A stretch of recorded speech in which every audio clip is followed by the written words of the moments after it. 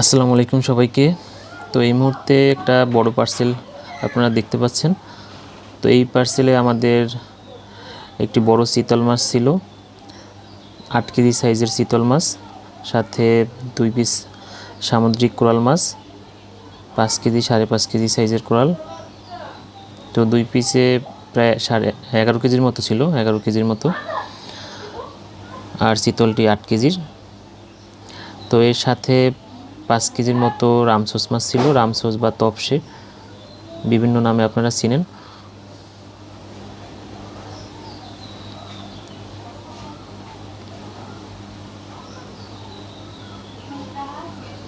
মাশাআল্লাহ সবগুলো তপসি একদম টাটকা ছিল।